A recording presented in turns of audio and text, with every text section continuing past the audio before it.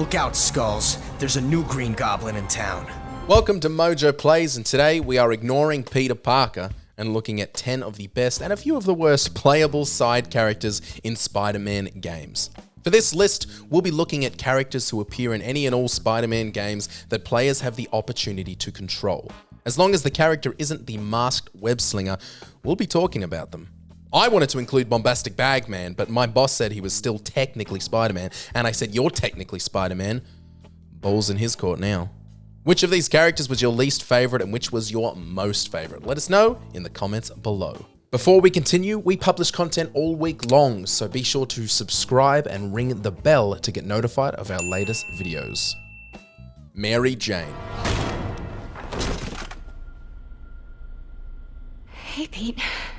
It's a difficult task to come through as a fun and interesting playable character when your gameplay style couldn't be more opposite from the gameplay style people bought the game for. Swinging, punching, jumping, kicking, you know, fun stuff. Mary Jane popped up a few times throughout 2018 Spider-Man, and with all due respect to the beloved redhead, she was pretty boring. Acting as a stealth character in her starring moments, the stealth was neither fine-tuned or well-designed. Slowing down for a moment would have been digestible for players if Insomniac had made these sections even 25% less boring. Mary Jane, we love you, but move out of the way. We've got web to sling. If we don't help those people, they could die. So could you. I can't let that happen. No, I got myself into this. I'm getting myself out. What do you mean you got yourself into this? Submariner. Spider-Man, the video game, was an incredibly underrated 4-player arcade game which allowed players, single or multiplayer, to take control of the web-slinger, or alternatively, 3 of his dear friends.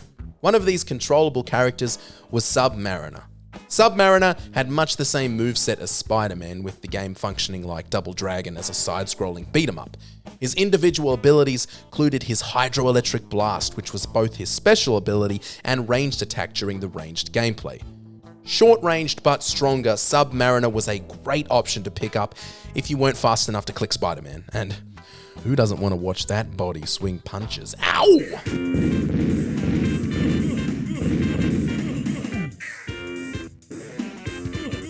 Miles Morales. Miles, are you okay? We're jumping back to the 2018 Insomniac game Spider-Man for the last time, I swear, to discuss the other stealthy playable side character, Miles Morales. Of course, Miles eventually became Spider-Man himself in the much-beloved follow-up entry Spider-Man Miles Morales, but in 2018's game, he was simply just Miles, which actually made him a lot more fun to drive than Mary Jane. Regardless of the gameplay, everybody playing who had even a basic knowledge of Spider-Man knew that the story we were following was leading somewhere good. We never got Peter's origin story, so living out Miles in the events of this brilliant game was actually lots of fun, even if we were slogging through the actual gameplay sections. What the hell's he saying? Not gonna be saying anything in a second.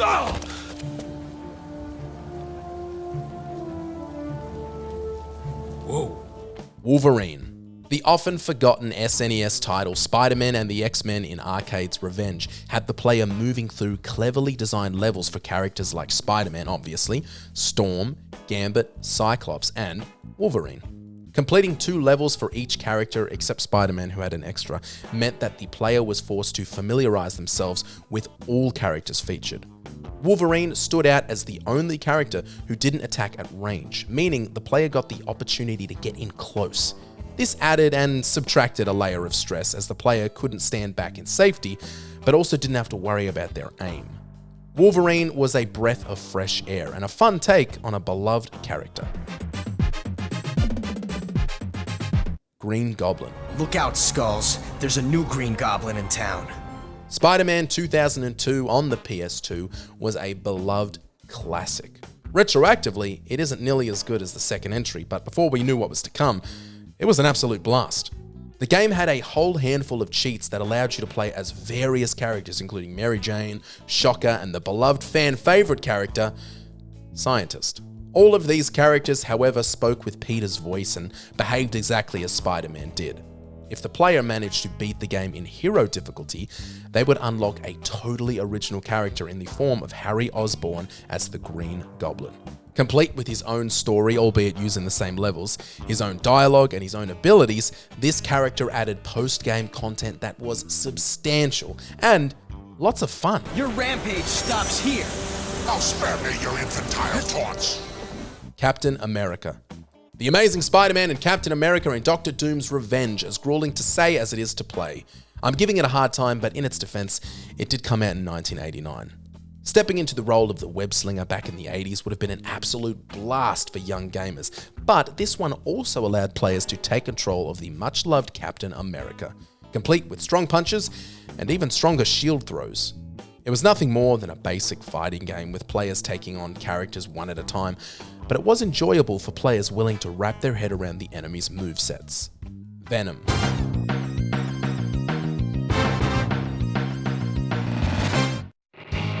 Another SNES title that featured Spider-Man was Spider-Man and Venom Maximum Carnage, and Maximum Carnage was correct. The gameplay was loads of fun. It featured hundreds of enemies and villains and allowed the players to not only play as Spider-Man, but, should they be feeling a little bit evil, Venom as well. The movesets were much the same, with slight differences to grapples and special attacks being in Venom's favor, as they were either more effective or just way cooler. It's hard to not want to select the web crawler when the opportunity presents itself, but we implore you to have one crack at the lethal protector and see if you don't love it.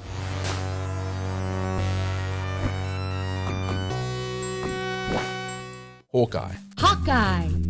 We're back with the arcade entry to the Spider-Man world, Spider-Man the video game.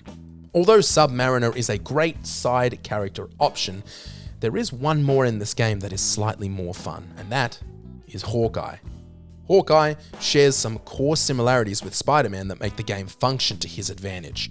Armed with a bow, he can also implement ranged attacks that have no distance limit, allowing him to remain in safety when taking on big bosses like Giant Venom.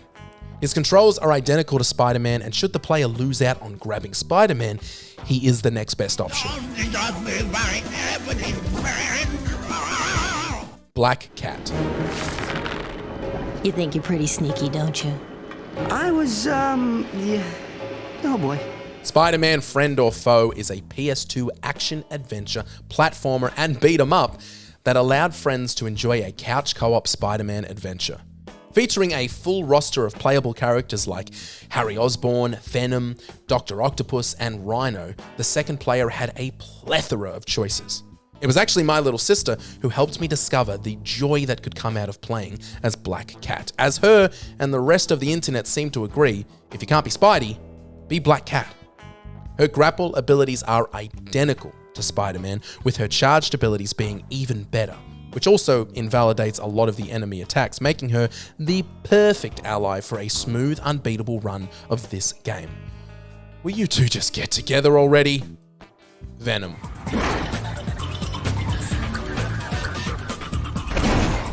I know it seems unfair to include Venom more than once, but cut us some slack. Venom in Ultimate Spider-Man is very, very sick.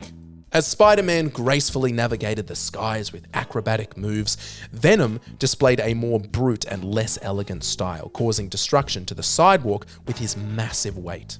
The gameplay offered a unique twist, granting players complete control over the symbiote, allowing them to unleash its power on enemies and formidable bosses. He was also able to do another surprisingly graphic thing, which was to consume citizens of New York to gain health.